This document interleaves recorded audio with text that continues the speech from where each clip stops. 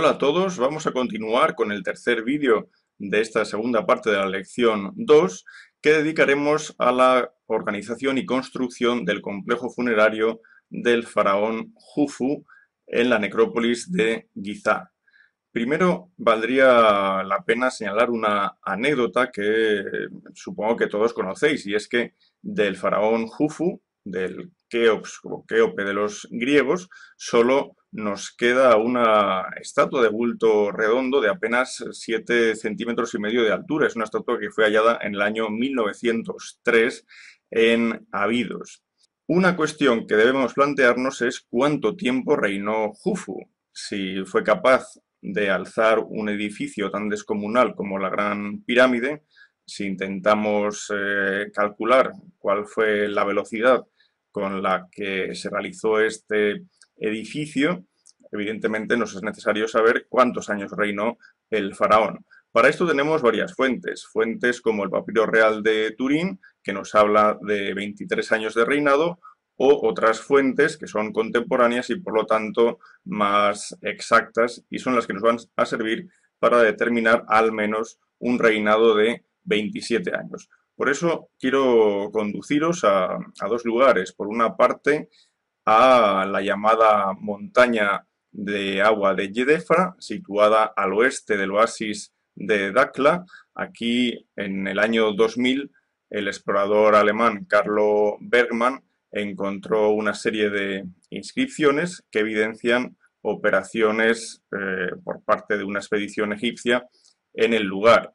Aquí se habla de una expedición dirigida por Imeri y Bebi en el año posterior a la decimotercera vez del censo del ganado. La decimotercera vez del censo del ganado correspondería al año 26, pero como se habla del año posterior, quiere decir esto que esa expedición de Imeri y Bebi se realizó en el año 27 de reinado de Jufu, dado que esta inscripción con claridad nos muestra el nombre de el faraón. Así que tenemos ya claro un año 27 de Jufu. La expedición, por si tenéis interés, se hizo para buscar Mefat, que parece ser que se utilizaba probablemente para pintar.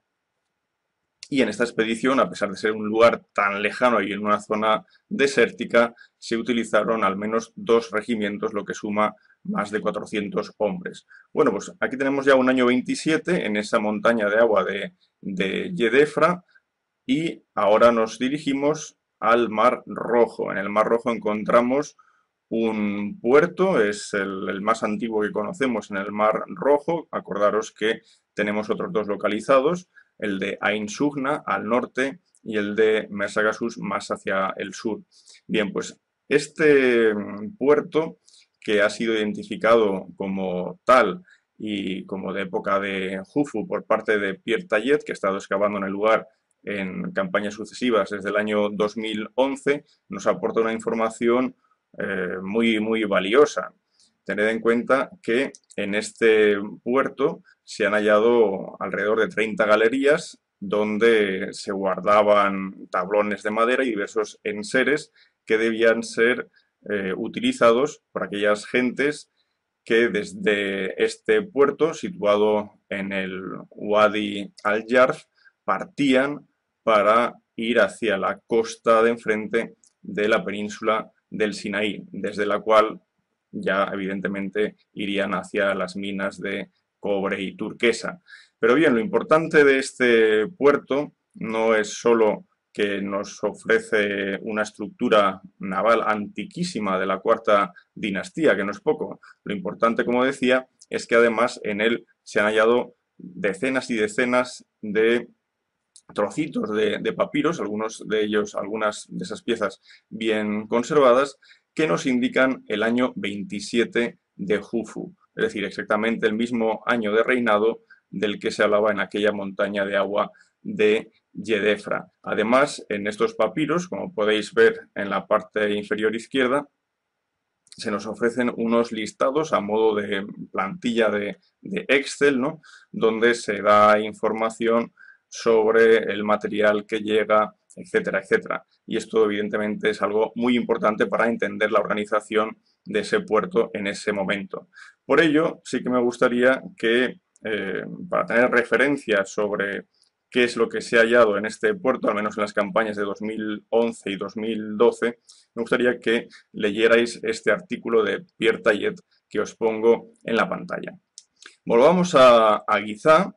Ya hemos aclarado que la longitud del reinado de Jufu es de al menos 27 años y volvemos a Giza para encontrarnos con Gemiunu. Gemiunu era hijo de Nefermat, un alto funcionario que fue enterrado en la mastaba 16 de la necrópolis de Meidum en época de Snefru, y Gemiunu probablemente es sobrino de Jufu. En todo caso, este Gemiunu está enterrado en la mastaba G4000, que es la que os he señalado en rojo en esta imagen, y por los títulos de Gemiunu podríamos decir que probablemente él es el arquitecto de la Gran Pirámide. La estatua que vemos a la izquierda se conserva actualmente en el Museo de Hildesheim y fue hallada precisamente en el serdab de esta mastaba. Aquí podéis ver ahora en esta imagen cómo se encontró originalmente.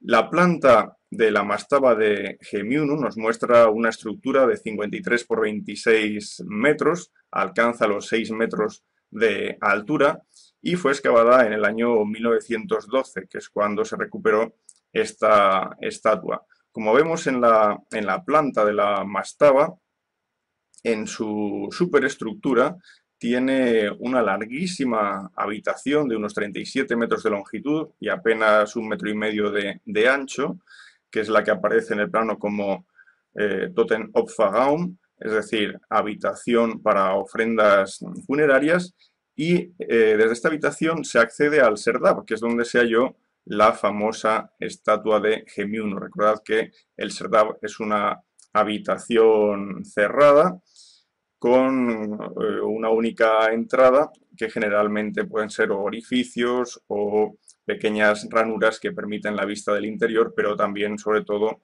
la vista de esa estatua del difunto hacia el exterior. Recordemos el serdab del faraón Echerjet en Saqqara. Y en el perfil de la mastaba, fijémonos en el pozo. Es un pozo de 20 metros de altura que desde la parte superior de la mastaba atraviesa la superestructura, pero también después se excava en el suelo, de modo que finalmente llega a una cámara lateral donde se depositó originalmente la momia de Gemiunu, y en un nicho practicado en el suelo se depositaron también los vasos canopos de dicho difunto. Entonces ya hemos presentado al posible arquitecto de la Gran Pirámide, que hace las veces del Imhotep de la pirámide escalonada de Necherjet, pero ahora veamos un poco por encima qué tipo de instrumentos podían utilizar para tan magna construcción. Tenían niveles verticales, niveles horizontales, martillos, escoplos, pero recordemos que en esta época el instrumental, aparte de esos martillos con piedra dolerita, que podría pesar varios kilos, ellos utilizan el cobre, de modo que cada 100 golpes se calcula aproximadamente esos instrumentos de cobre quedaban inutilizados y constantemente tenían que renovarse.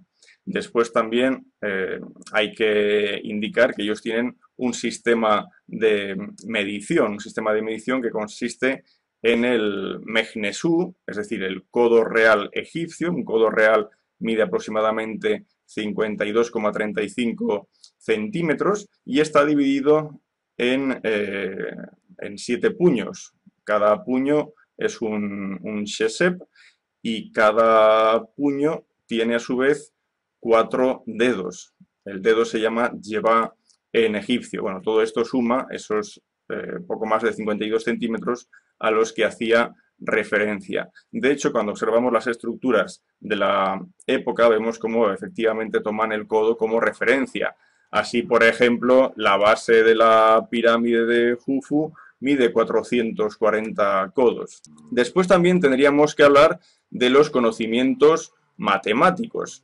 El papiro que os pongo ahora en la imagen es el famoso papiro matemático Rhind. Es un papiro que nos ofrece decenas de problemas, pero lo importante es que, aunque es de época Ixa y aunque se dice que es copia de otro papiro de la dinastía XII, posiblemente estos conocimientos ya se tenían en la época de la Cuarta Dinastía. Y en este papiro hay problemas matemáticos de toda índole, desde cálculo de superficies, cálculo de volúmenes, cálculo de sequedad, es decir, de pendientes, o sea, todo lo necesario para calcular, por ejemplo, cuánto material podría necesitarse para construir una rampa o calcular el volumen de material contenido en la pirámide, pendientes, etc.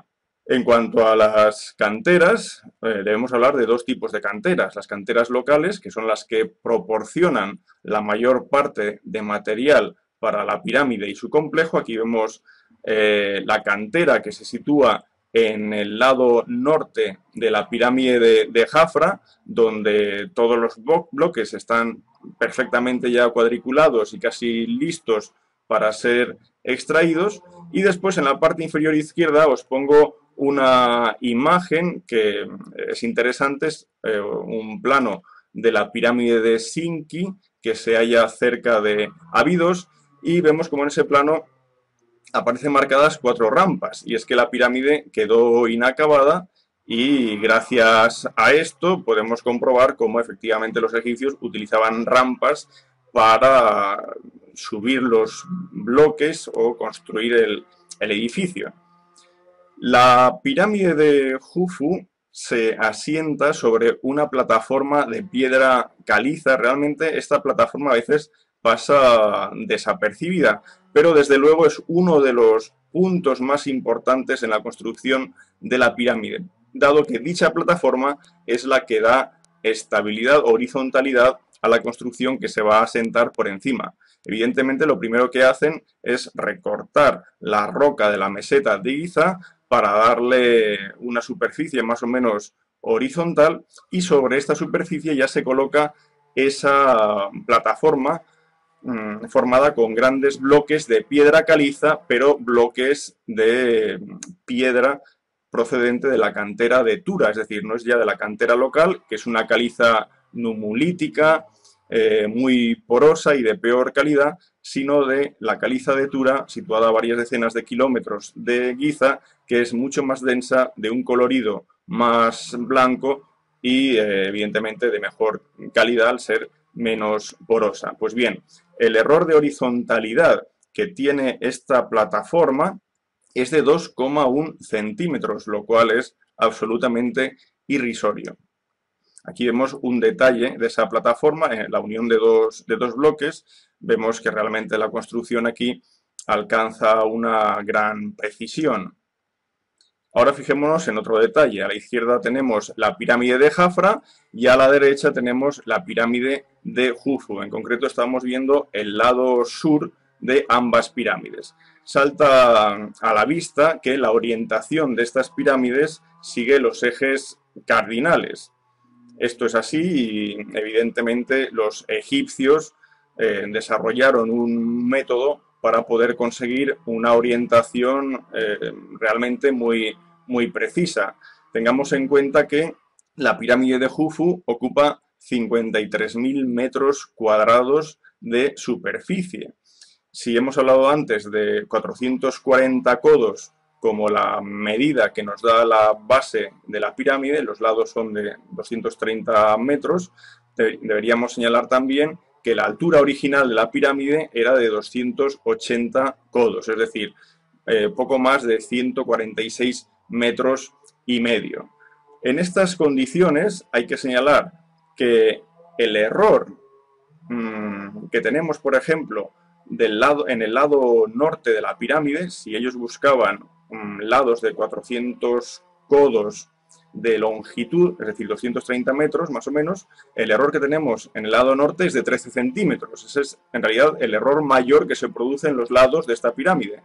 Pero el error menor es el que tenemos en el lado este, donde tan solo es de 0,8 centímetros, es decir, es algo también completamente insignificante.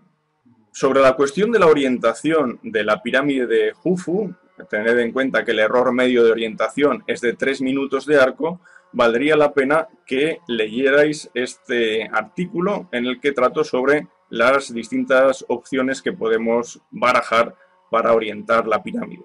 La Gran Pirámide tiene originalmente unas 213 hiladas que alcanzan esa altura de 146 metros. Actualmente faltan más de 10 hiladas en la parte superior, pero estas hiladas se distribuyen con piedras de distinto tamaño.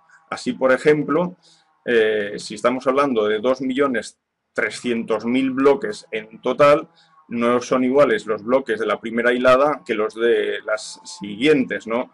Hay unos 19 estratos por los que vemos como una hilada es superior en tamaño en una parte inferior. A partir de este punto van descendiendo de tamaño los bloques hasta que llegamos a un llamado estrato, donde nuevamente tenemos un bloque de tamaño superior, a partir del cual en las siguientes hiladas los bloques vuelven a ser de menor altura, así hasta formar estos 19 estratos a los que hacía referencia.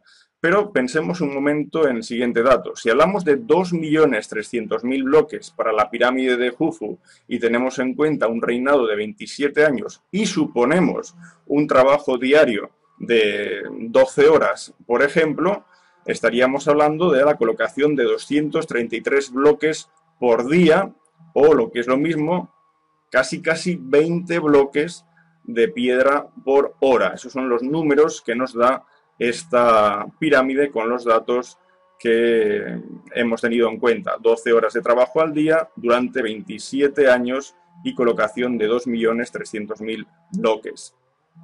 Como decía antes, hay una gran diferencia entre las dimensiones de unos y otros bloques según la hilada que tratemos. Si vamos a la primera hilada, aquí encontramos los de mayor tamaño. Son bloques de 1,5 metros de altura y evidentemente son los bloques con mayor peso, aunque el peso medio más o menos es de 2,5 toneladas, peso medio para todos los bloques de la pirámide. Son los de la parte inferior los que por su tamaño tienen mayor peso y son los que mayor dificultad podían tener para desplazarse, si bien al estar en la parte inferior de la pirámide esa dificultad de algún modo queda rebajada.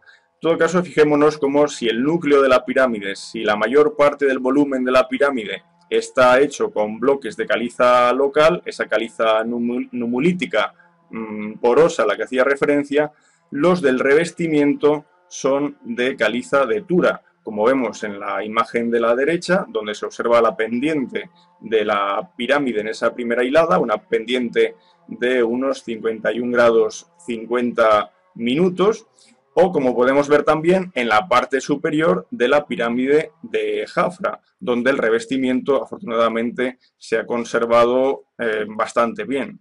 Otro dato a tener en cuenta, y esto nos viene de maravilla para recordar aquel dato que comenté de Gaina Stadelman, que en su estudio de la pirámide roja de Snefru vio inscripciones de los 4 primeros, separadas por 4 años, inscripciones que hacían referencia a una primera hilada y a una hilada número 30. Bueno, pues fijémonos en este perfil de la pirámide de Jufu.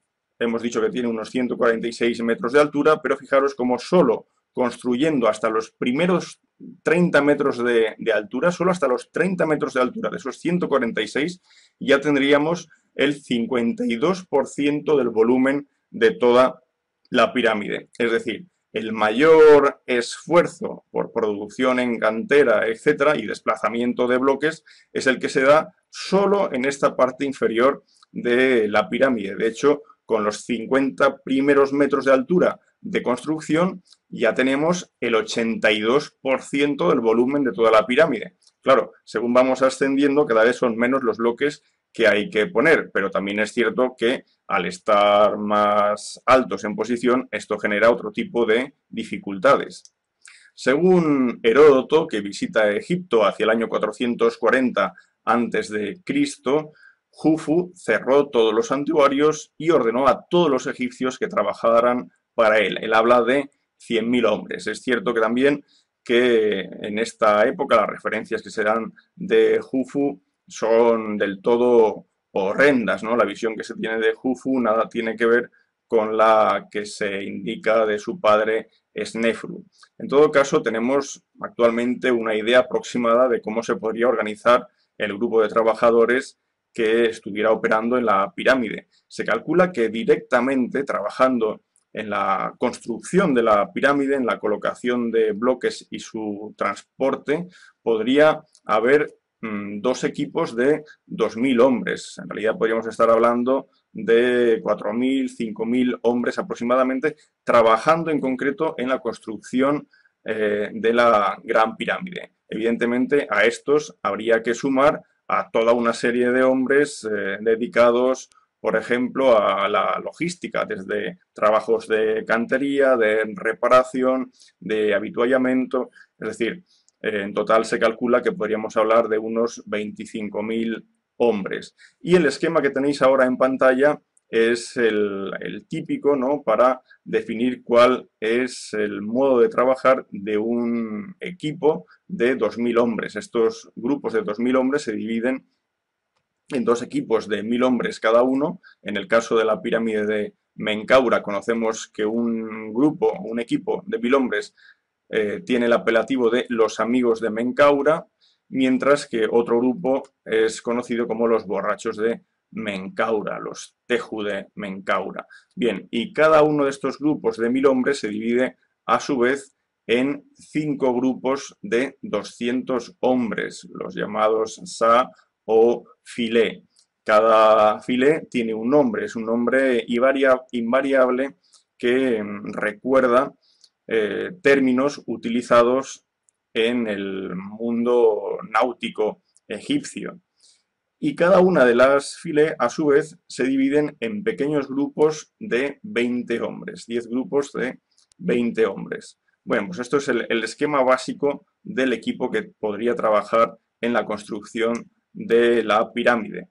Y otro asunto que podemos señalar, evidentemente, para construir una pirámide y después para soportar el culto en el complejo funerario, fueron creados niut, ciudades, fueron creados hut, fincas de explotación que servían, entre otras cosas, para proveer de bienes y alimentos a las personas que vivían en el poblado de la pirámide. Recordar también que mientras dura la construcción de la pirámide, la residencia del faraón se vincula o está en las cercanías de esta pirámide.